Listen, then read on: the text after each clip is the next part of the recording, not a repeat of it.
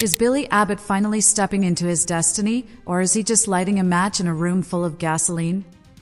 And seriously, why is Cane Ashby the only person in Genoa City willing to stand in the way of a total family meltdown? These are the big questions hitting us right now. Was this move really just about a corporate discovery, or is it a deep psychological power play meant to settle scores from decades ago? Before we dive into the deep end, if stories like this keep you thinking long after the credits roll, hit that subscribe button. Leave a like and share this video with another fan who needs to hear this. We're going way under the surface of the Abbott-Chancellor war today, and you won't want to miss a single insight. I'm Jenny, and this is YNR CBS Daily Update. We go beyond the simple recaps to uncover the hidden emotions and the psychology behind every single twist. We aren't just looking at what happened, we're figuring out why. The air in town has turned freezing, and it's not because of a cold front. We are watching the start of what could be the most destructive war the Abbott family has ever seen. Billy Abbott didn't just walk into Jabot as a brother, he walked in like a conqueror. He's armed with a screenshot of an old loan that he thinks makes him the rightful king of Chancellor Industries. Think about it for a second. Billy isn't just looking for a company, he's looking for the approval of a man who isn't even here anymore. By dragging John Abbott's name and legacy into this, he's trying to win that favorite son status he feels he lost a long time ago. It's a desperate attempt to use the past to fix a broken present. And as we know from years of watching soaps, that's usually how disasters start. When Billy strolled into that executive suite, he didn't just bring some papers. He brought that practiced arrogance of a man who has finally found a way to be right. But look at Cane Ashby's reaction. We're seeing a completely different side of him. Kane isn't just defending a CEO chair. He's defending the woman he loves and the life he worked so hard to get back. Billy is acting out of a deep need to feel important. This whole unpaid loan thing isn't really about the money. It's about the win. For years, Billy has been the screw-up and the gambler who always loses. This is his ultimate high-stakes bet. If he wins Chancellor, he finally proves he's a real Abbott just like his father. Kane is triggered by a totally different fear, the fear of being an outsider again. He knows that if Billy takes over, everything the Winters Ashby clan built could be gone in a heartbeat. Internally, Billy has to be terrified. The more he struts into bars like the athletic club to gloat with Audra Charles, the more he shows how insecure he really is. He needs an audience for his victory because he doesn't fully believe in it yet. Kane is feeling a simmering, protective rage. It's that alpha instinct coming out. He's tired of watching Billy cosplay as God, as he so perfectly put it. He's feeling the weight of being Lily's protector, maybe even more than she wants him to be. You have to look at this like a ghost story. John Abbott is the ghost haunting every room right now. Billy is trying to summon his father's spirit to justify being ruthless. Meanwhile, Jack Abbott is playing the role of the reluctant medium.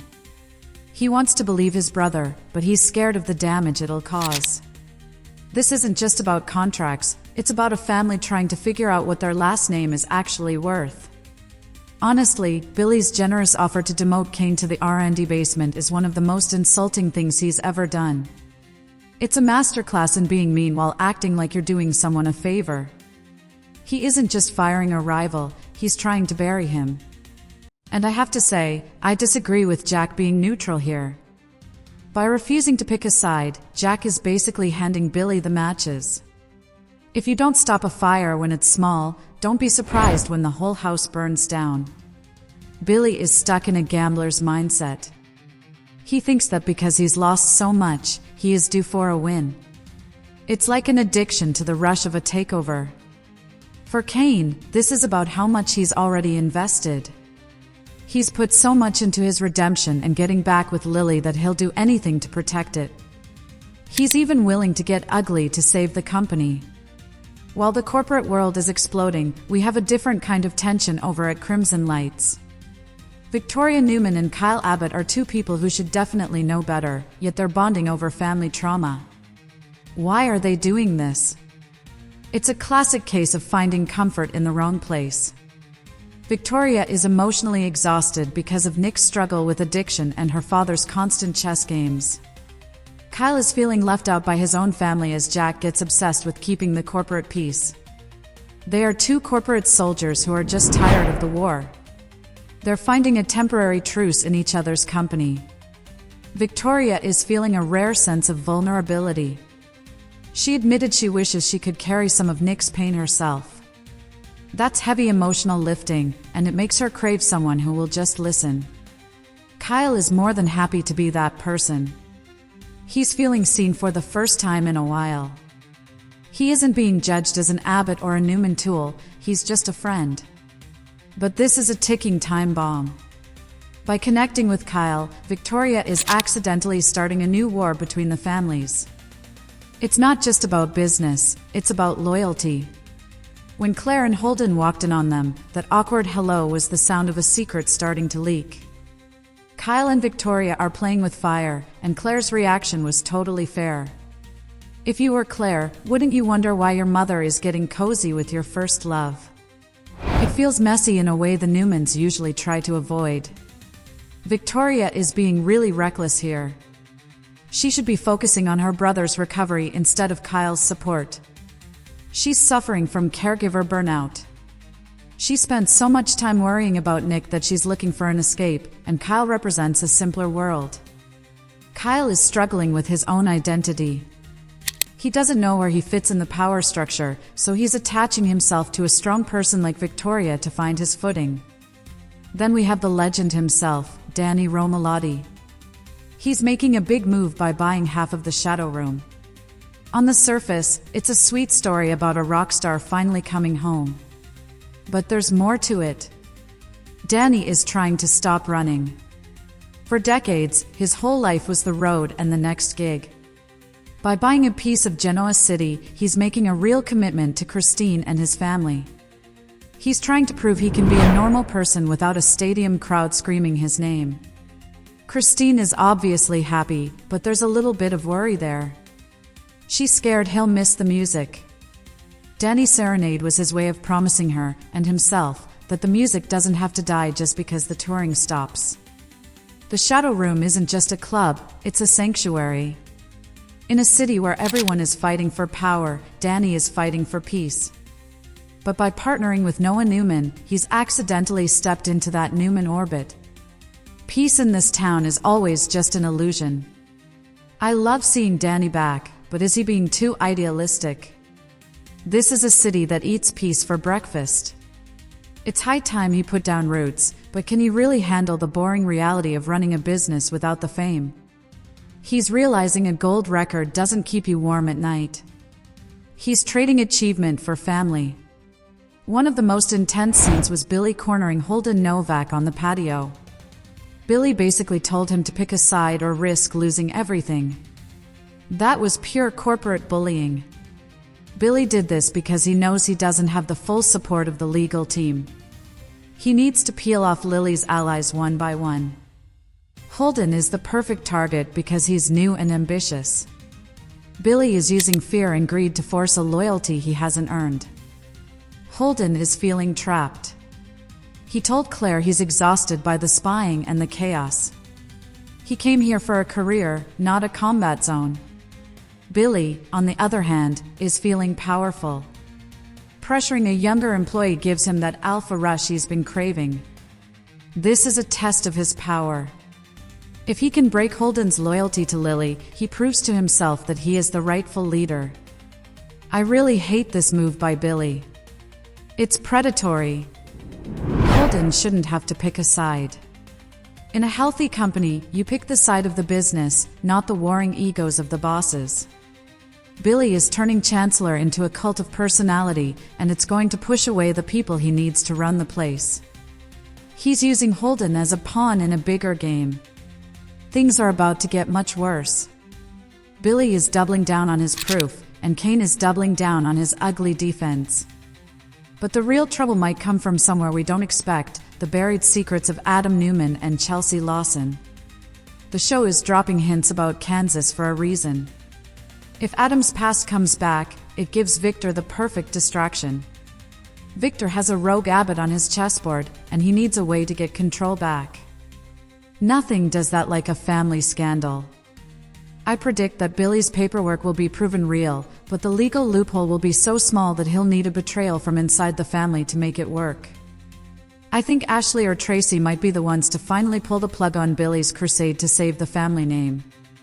The result will be a permanent rift. Billy will win the battle for Chancellor but lose his seat at the family table. We're looking at a future where Billy is an island, maybe turning to someone like Audra Charles for a permanent alliance. This will turn Genoa City into a three-way war. We have to talk about Jack's warning to Kane. He told him to stay away from his father's name or he'd have to deal with him.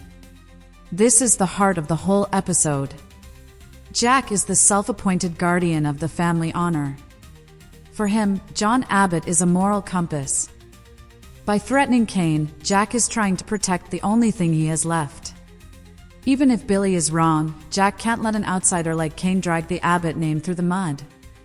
Jack is feeling a lot of pressure as the patriarch. He's tired. He wants peace. But he has this fierce, almost irrational loyalty to his bloodline. Kane is feeling the stigma of being an outsider. No matter how hard he works, he'll always be the guy who owed money in the eyes of the Abbotts. The Abbott name has become a weapon. It's not an identity anymore, it's a shield for bad behavior. When Billy uses it to steal a company and Jack uses it to threaten a rival, the name loses its value. I think Jack is being a hypocrite. He says he wants peace, but he's drawing battle lines.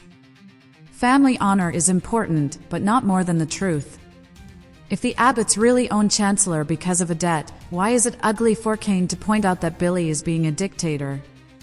This is collective narcissism. The Abbotts think they're special and that their legacy gives them the right to do whatever they want. Jack's threat to Kane is just a way to keep the family myth alive. We can't forget the shadow hanging over all of this, Nick Newman's addiction and his potential romance in rehab with Marie. Nick is spiraling because he feels like a failure. The Marie situation is just trading one addiction for another. He's trading drugs for the high of a new, forbidden relationship. It's a way to avoid the hard work of actual recovery with Sharon and his family. Sharon is feeling erased. She's been there for Nick since they were kids, and yet he's turning to a stranger. Victoria is feeling guilty. She's busy bonding with Kyle while her brother is falling into another trap. Marie is just a mirror. Nick doesn't love her, he loves the version of himself he sees in her, someone who isn't a screw-up. It's a dangerous delusion that's going to shatter. I'm honestly disgusted by this storyline for Nick. He and Sharon are the Victor and Nikki of their generation. The writers need to stop throwing random women at him just for drama. I disagree with Nick leaning on Marie. It betrays all the progress he's supposed to be making. This is avoidant attachment. Nick is running away from the people who really know him because they remind him of his failure. Marie represents a clean slate, which is just a myth he's using to survive. As we head toward the end of the month, the stakes are huge. If Billy succeeds, he won't just own a company, he'll have destroyed the peace in town. I believe Kane will eventually go to Victor Newman for help. That's the atomic option. Kane will realize the only way to beat an Abbott is with a Newman.